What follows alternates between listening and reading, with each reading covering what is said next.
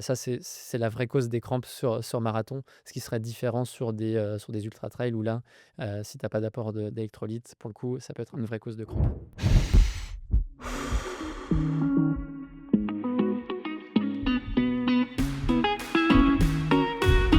Sur marathon, on parle beaucoup d'entraînement, d'allure cible, de préparation mentale, mais on oublie que la nutrition, ça peut être un facteur clé le jour J. Est-ce que je vais avoir assez d'énergie pour aller jusqu'au bout? Est-ce que je vais rencontrer le fameux mur du marathon? On entend aussi parler beaucoup de consommation par heure, c'est-à-dire 60, 80, 90, voire 100 grammes de glucides par heure. Mais si on a bien fait sa recharge glucidique, est-ce que c'est vraiment nécessaire?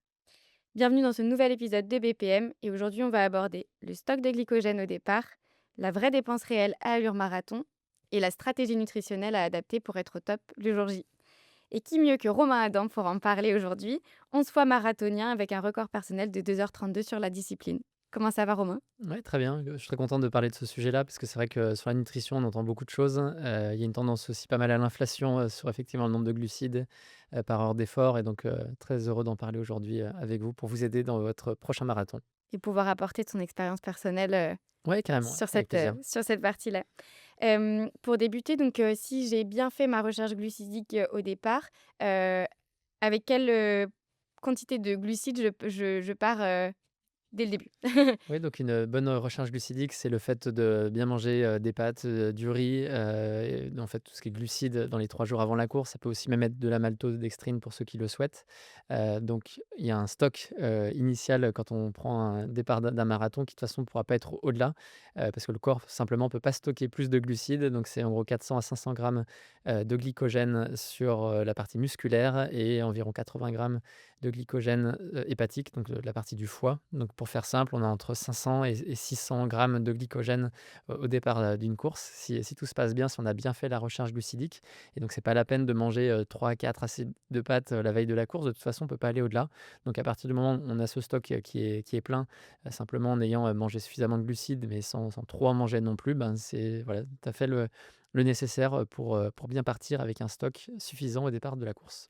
Donc on sait le maximum et le minimum, sur lequel le corps va enfin, à partir duquel le corps ne Ouais. pourra plus «fonctionner» entre guillemets, c'est quelle quantité? Ben, déjà, on peut pas être à zéro parce que si on est à 0, en fait, on a plus du tout d'énergie, les fonctions vitales, ça arrêtent de fonctionner donc on estime et ça peut dépendre éventuellement, en fonction de certaines études scientifiques, mais on peut considérer qu'il faudrait pas descendre, beaucoup, en dessous de 150 grammes de glycogène.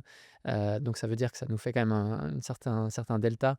Si on prend, 500, moins 150, il y a au moins 350 grammes, de glycogène, voilà, qu'on pourrait consommer, pendant son effort sportif. Donc si on prend cet exemple-là, on va regarder si on a vraiment besoin ou pas de s'alimenter, ouais. Super. Et ben, on va partir sur, une allure marathon assez soutenue. Combien de glycogène je vais dépenser, sur, marathon pour cet Ouais, effort-là? donc déjà, on peut regarder en fonction de l'allure des personnes et en fonction du temps, que tu vas faire. En général, on va prendre 2 exemples, celui à 3 heures, celui à 5 heures sur marathon. Tout simplement parce que sur celui à 3 heures d'effort, il a une intensité qui est plus élevée, pas seulement en termes de vitesse et en fonction des capacités de chacun, mais c'est, on va dire, plus facile et c'est plus acceptable de courir une intensité donnée pendant 3 heures que sur 5 heures. Donc c'est pour ça que en général, les coureurs en 3 heures peuvent atteindre 75 à 80 de VMA, donc une intensité un peu plus élevée, et donc là, quand on est sur une intensité qui est élevée, on consomme avant tout des glucides et un peu moins de lipides, et donc on peut considérer que pour des personnes, on va aussi simplifier parce qu'il y a aussi la notion du poids qui peut rentrer, en ligne de compte, mais on peut considérer que tu vas consommer 120 grammes de glucides par heure d'effort et donc là, on pourrait considérer que sur 3 heures, si on fait 3 fois 120, on est à 360. On pourrait presque considérer, que, on n'a pas besoin de s'alimenter sur un marathon. Alors, c'est pas complètement vrai parce qu'en fait, on va dire que plus tu vas descendre, en fait, le corps, il va avoir des signaux d'alerte et donc il va pas attendre que tu sois à ces 150 grammes de glucides pour diminuer l'allure et donc là, on va quand même essayer le plus possible de retarder, cette consommation, du glycogène.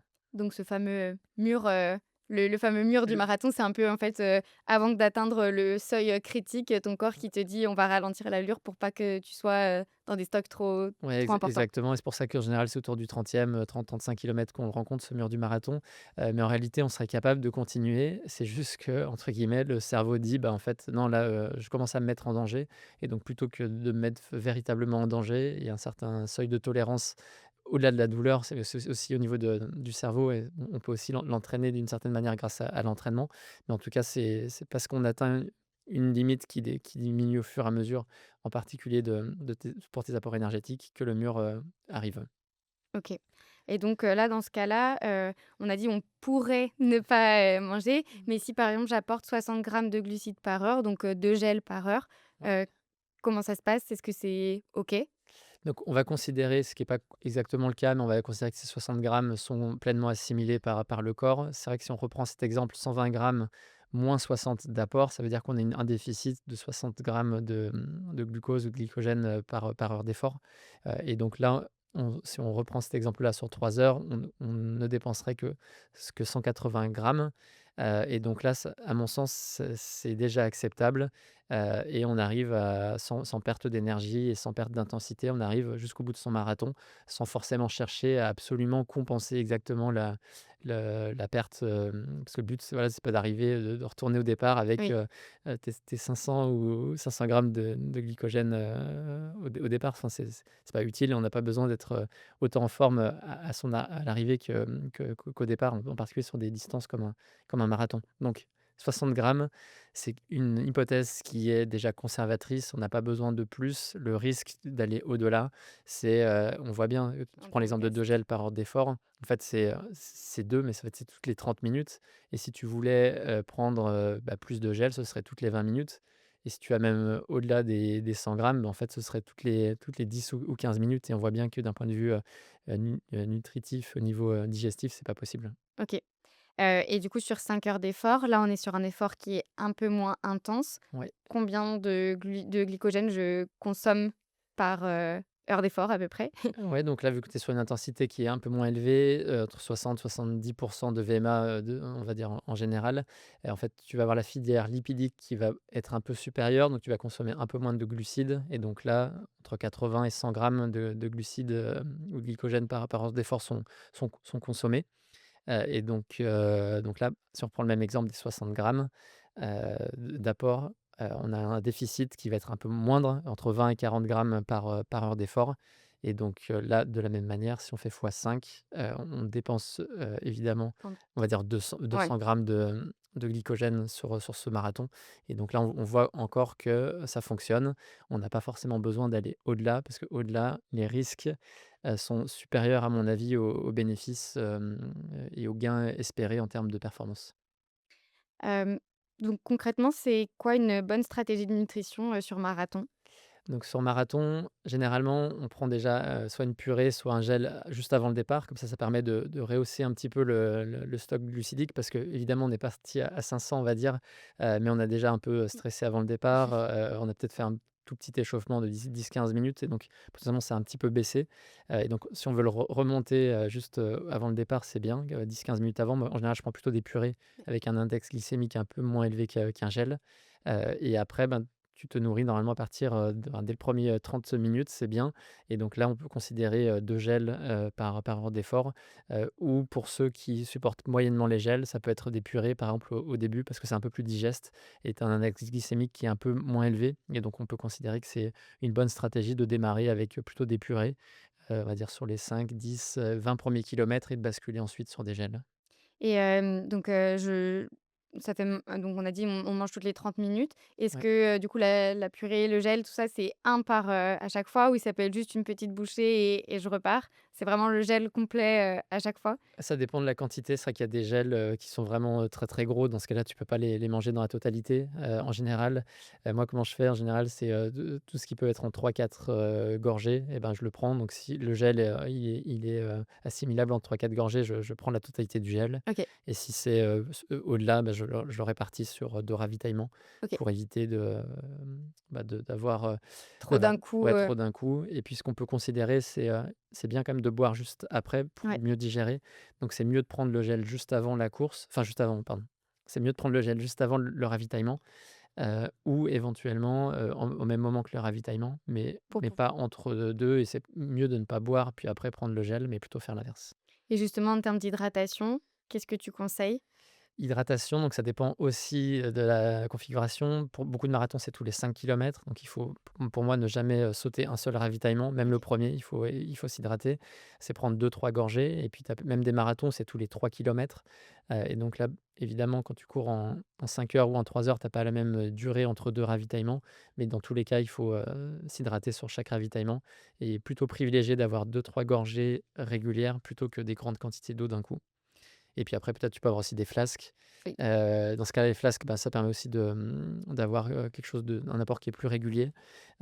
Et je ne recommanderais pas forcément la boisson d'effort sur un marathon, parce que si on veut une bonne digestion, c'est bien d'avoir de l'eau pour, en fait, pour faire passer les gels. Et donc si on a que des apports sucrés, à un moment donné, on peut avoir une certaine saturation. Et en particulier, si par exemple, tu es, sur un ravitaillement où tu es avec des gobelets ou des bouteilles et que tu as pas ta propre flasque, c'est pas grave si tu as pas de boisson d'effort à ce moment-là. OK. Et la partie, électrolytes, c'est possible Ouais. ou c'est plutôt déconseillé, C'est possible, ça fera pas forcément de mal, mais on n'a pas non plus de alors sauf peut-être pour des marathons où il ferait vraiment très chaud, peut-être qu'on peut le conseiller, mais sur un marathon, en 3 ou même 4 voire 5 heures, il y a pas forcément, ça va pas forcément beaucoup jouer. C'est pas forcément ça qui va t'amener des crampes. Si tu as des crampes, ce sera plus, des faiblesses musculaires parce que tu vas, peut-être avoir raté, je sais pas, la préparation physique ou que tu auras pas fait de renfo du tout. Ça, c'est la vraie cause des crampes sur marathon, ce qui serait différent sur des ultra trail où là, si tu as pas d'apport d'électrolytes, pour le coup, ça peut être une vraie cause de crampes. et donc en termes de stratégie nutritionnelle, à partir du semi-marathon, on continue à rester, discipliné, c'est ça? Ouais, exactement, il faut avoir ses apports en glucides. Après, bah, la vraie difficulté, c'est si tu as un problème gastrique et que tu arrives vraiment plus à t'alimenter, bah, là, tu pas trop le choix que de ralentir l'allure finalement et peut-être de t'arrêter en fait sur un ravitaillement aussi, ça peut être une stratégie pour, ben, prendre le temps de bien digérer, de bien, consommer, bien digérer, et bien mâcher les aliments aussi. Alors si c'est un gel, c'est plus facile, mais si par exemple tu t'arrêtes, je sais pas, pour manger des bananes ou des raisins secs, il faut prendre le temps de vraiment bien les mâcher. Du coup, de l'intérêt de pouvoir tester la nutrition, sur les sorties longues. Ouais, exactement. Ça, c'est vraiment indispensable pour, être sûr que tu auras pas mal au ventre à cause d'un gel en particulier et la nutrition, c'est quelque chose qui est assez personnel. Donc évidemment, on teste à l'entraînement pour éviter, en fait, les mauvaises surprises le jour J, mais aussi pour habituer le corps Exactement. aussi à ingérer les glucides et être plus performant dans l'assimilation, en fait, de ces glucides et donc ça, c'est typiquement le moment de le faire lors des sorties longues, soit en endurance fondamentale, mais encore mieux aussi pendant les sorties à l'allure marathon, parce que c'est pas tout à fait pareil de manger, quand on est en endurance Mmh. fondamentale que quand on est dans une allure qui est plus élevée.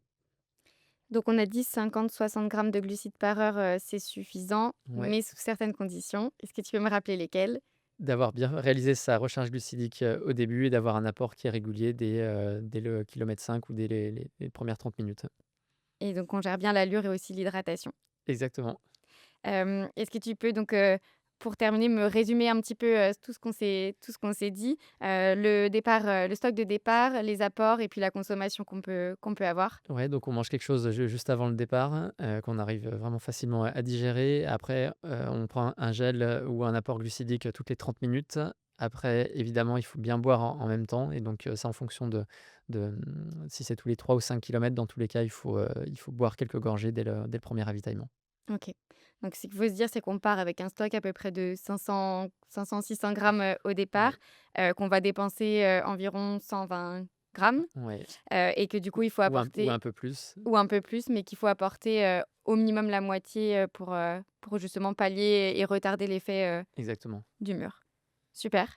Bah, merci Romain pour cet échange et pour tous tes apports.